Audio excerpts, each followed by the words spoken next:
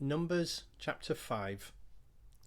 The Lord said to Moses, "Command the Israelites to send away from the camp anyone who has an infectious skin disease, or a discharge of any kind, or who is ceremonially unclean because of a dead body. Send away male and female alike. Send them outside the camp, so they will not defile their camp, where I dwell among them." The Israelites did this. They sent them outside the camp. They did just as the Lord had instructed Moses. The Lord said to Moses, "Say to the Israelites, when a man or woman wrongs another in any way, or so is unfaithful to the Lord, that person is guilty, and must confess the sin he has committed. He must make full restitution for his wrong.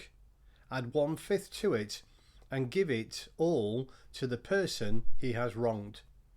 But if that person has no close relative to whom restitution can be made for the wrong, the restitution belongs to the Lord and must be given to the priests, along with the ram with which atonement is made for him. All the sacred contributions the Israelites bring to a priest will belong to him. Each man's sacred gifts are his own, but what he gives to the priest will belong to the priest." Then the Lord said to Moses, "Speak to the Israelites and say to them, if a man's wife goes astray and is unfaithful to him by sleeping with another man, and this is hidden from her husband, and her impurity is undetected, since there is no witness against her, and she has not been caught in the act, and if feelings of jealousy come over her husband, and he suspects his wife, and she is impure, or if he is jealous and suspects her, even though she is not impure, then he is to take his wife to the priest. He must also take an offering of 1/10 of an ephah of barley flour on her behalf.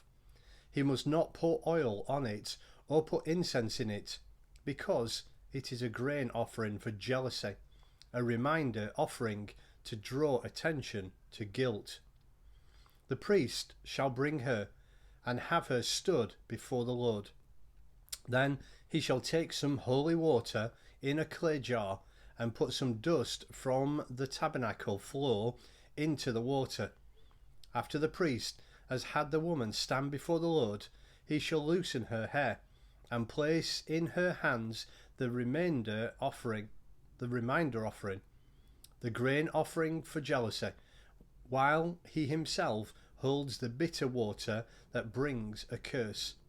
Then the priest shall put the woman under oath and say to her, if no other man has slept with you, and you have not gone astray and become impure while married to your husband, may this bitter water that brings a curse not harm you. But if you have gone astray while married to your husband, and you have defiled yourself by sleeping with a man other than your husband, here the priest is to put the woman under this curse of the oath. May the Lord cause your people to curse and denounce you when he causes your thigh to waste away and your abdomen to swell. May this water that brings a curse enter your body, so that your abdomen swells and your thigh wastes away. Then the woman is to say, Amen, so be it. The priest is to write these curses on a scroll, and then wash them off into the bitter water. He shall have the woman drink the bitter water that brings a curse, and this water will enter her and cause bitter suffering. The priest is to take from her the grain offering for jealousy, wave it before the Lord, and bring it to the altar. The priest is then to take a handful of grain offering as a memorial offering and burn it on the altar. After that, he is to have the woman drink the water. If she has defiled herself and been unfaithful to her husband, then when she is made to drink the water that brings a curse, it will go into her and cause bitter suffering. Her abdomen will swell and her thigh waste away, and she will become accursed among her people. If, however, the woman has not defiled herself and is free from impurity, she will be cleared of guilt and will be able to have children. This then is the law of jealousy, when a woman goes astray and defiles herself while married to her husband, or when feelings of jealousy come over a man because he suspects his wife. The priest is to have her stood before the Lord and is to apply this entire law to her. The husband will be innocent of any wrongdoing, but the woman will bear the consequences of her sin.